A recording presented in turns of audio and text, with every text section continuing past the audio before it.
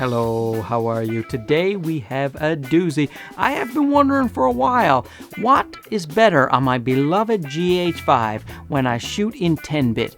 The Vlog or the HLG? Now, bear in mind, I am not delivering HDR content. Let's throw that out the window. Some people say you should only use HLG if you're going to deliver for HDR. I say poppycock. Excuse my language. Didn't mean to get all salty there, but your end result is your end result. And HLG, basically, from what people are measuring, it gives you pretty much the exact same dynamic range as the Vlog, but it interprets it in slightly different ways, so it depends on your preference. So since I was going to do this test myself, I figured why not share it with you guys. This is going to be practical. I'm not going to show you a ton of charts and graphs. This is going to be practical, real-world experience, what I see as the difference with the types of things I like to shoot. So let's go outside first, and you'll see the two picture profiles there. First, I'll show you it straight out of camera, and I should also say what I like to do is shoot in Vlog and HLG, and then use a Paul Leeming corrective LUT. If you guys have watched any of my videos, you already know that. But seeing how 7% of my watch time is from subscribers, most of you haven't seen any of my videos before. Check them out. What is wrong with you? Just, I didn't mean to say that. I'm sorry. You know what? Let's just go to the footage outside. I'll show you the footage straight out of camera with the Leeming LUT applied, and then I'll do a slight color grade to taste. Here we go. So this is HLG on the GH5, and we're outdoors, obviously. I have my f-stop at 9.0. The ISO is at 400 because that's the base ISO in HLG. So we're in Vlog here on the GH5, and I have the f-stop at 6.3 to get the right exposure, to get the zebras on my face at 75, which is what I use for my Leeming LUT. So in a brighter environment, you're better off going with the Vlog if you want to lower that f-stop.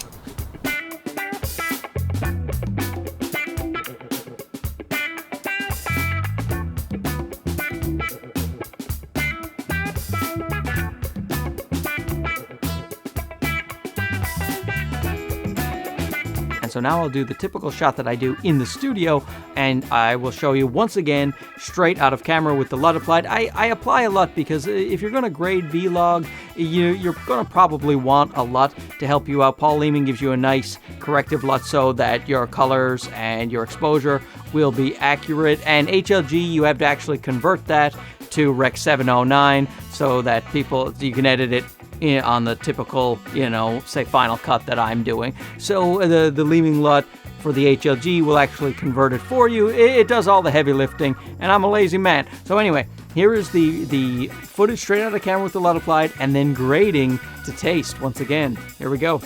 What do you guys think? The HLG on my Sony, there's no doubt, I have to use HLG 3 on my Sony a7 III. It's 8-bit, so that's the best one I can use for that. But we got a 10-bit camera here, 10-bit glory with the old GH5. So we're going to see if a Vlog 10-bit competes with the HLG 3. From what people have been saying about my videos, when I put up the HLG footage on the GH5 versus the Vlog footage on the GH5, people prefer the HLG, but I've been using the Vlog. How dare they? How dare they try to improve my videos? Oh, and I should say with the HLG, my light is only at 18%. It was at 38%. My key light was at 38% on the Vlog profile. So the HLG requires much less light for the Panasonic right there. Now I'm recording on my GH5 in my typical settings, which is Vlog, and I will apply the Leeming LUT, and I am using my Ninja 5, and I'm also recording it internally. I also want to see if there's a difference between the footage from my Ninja 5 and the GH5. Just a little test to see if after the LUT is applied, if the footage looks exactly the same. I'll use my color checker to make sure. This thing right here. And let's see.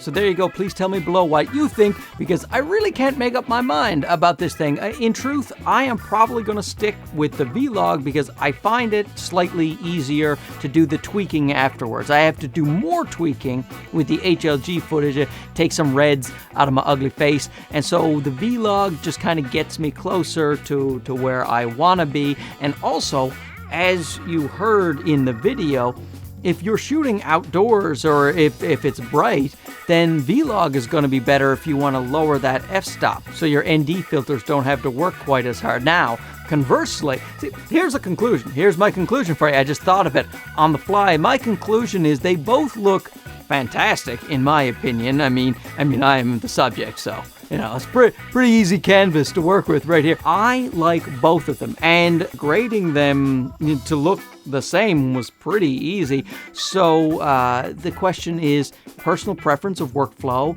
and lighting source. So if the HLG required a whole lot less light, so if you don't have powerful lights in your studio or you're somewhere where you don't have a lot of light, then definitely, you know, the HLG, you don't want to underexpose your HLG or you'll get a super amount of noise.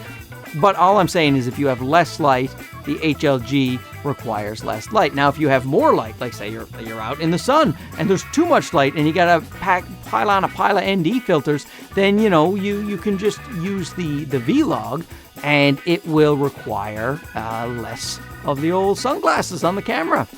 You see, I think this was helpful. I'm glad I did this video. Don't forget to subscribe if you haven't already. Thanks for watching, and we'll see you again soon. Okay, bye-bye.